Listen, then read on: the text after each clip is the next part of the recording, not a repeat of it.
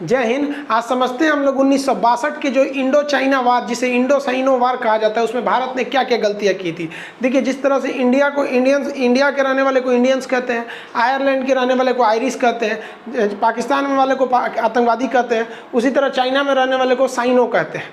तो cyano India वार 1962 में हुआ था, उसमें कई गलतियां थी। पहली कि जवाहरलाल नेहरू को लग रहा था कि चाइना युद्ध नहीं करेगा। अब चाइना फुल टू प्लान में था युद्ध करने का, ये युद्ध टाल रहे थे। और ये युद्ध की घोषणा जानते हैं कहाँ की थे? नेपाल में जाके। क्योंकि ये काठमांडू एयरपोर्ट पे उतरे तो मीडिया वालों ने पूछा कि चीनी सेना आपके यहाँ घुस गई है, आप क्या कहेंगे? तो ये कह रहे हैं काठमांडू में रह के कि मैंने आदेश दिया है कि चीनियों को खदेड़ दो। अब चाइना तो चाह ही रहा था कि आप कोई गलती करिए, और नेपाल में है। आप खुद सोचिए कि पाकिस्तान में वाले को आतंकवादी कहते हैं, उसी तरह चाइना में रहने वाले को साइनो कहते हैं। तो साइनो इंडिया वार 1962 में हुआ था, उसमें कई गलतियां थी। पहली कि जवाहरलाल नेहरू को लग रहा था कि चाइना युद्ध नहीं करेगा।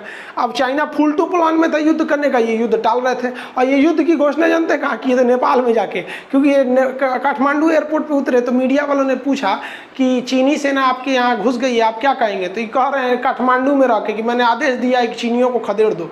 अब चाइना तो चाह ही रहा था कि आप कोई गलती करिए, और नेपाल में है। आप खुद सोचिए कि आपकी खुफिया एजेंसी क्या कर रही है कि आपके देश पर हमला होने वाला है, उस समय आप नेपाल में हैं। और कृष्णा मेनन उस समय लंदन में थे। हाँ भाई, रक्षा मंत्री लंदन में है, प्रधानमंत्री नेपाल में। युद्ध होगा ही, थोप दिया उसने।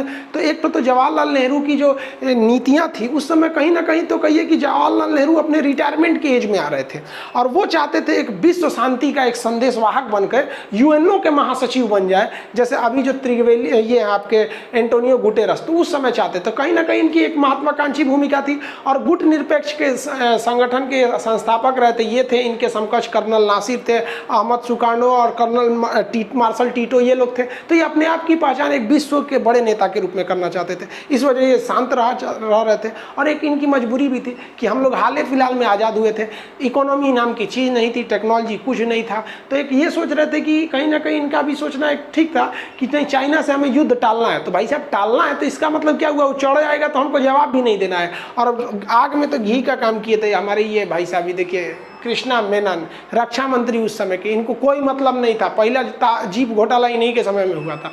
इन्होंने कहा कि एयरफोर्स और नेवी को तो आगे ही नहीं बढ़ने दिया। एयरफोर्स से कहा कि अगर आप एयरफोर्स आगे बढ़ेगी, नेवी आगे बढ़ेगी, तो युद्ध बहुत बड़ा रूप ले लेगा, जिससे समस्या आने लगेगी। इसलिए इसे अंतर्राष्ट्रीय एक बहुत बड़ा युद्ध का रूप न लिया जाए। तो आप बताइए ना, यहाँ पर तो क्या फायदा हुआ हम लोग को अक्साई चीन गंवाने का? उतना बड़ा एरिया चले गए लोग। उस समय हमारी एयरफोर्स चाइना की एयरफोर्स से ज़्यादा पावरफुल थी। उस समय चाइना के पास इतनी टेक्नोलॉजी ही नहीं थी कि वो हिमालय पार करके आ जाता। और जब वो तिब्बत पार करेगा, हिमालय पार करेगा, तब वो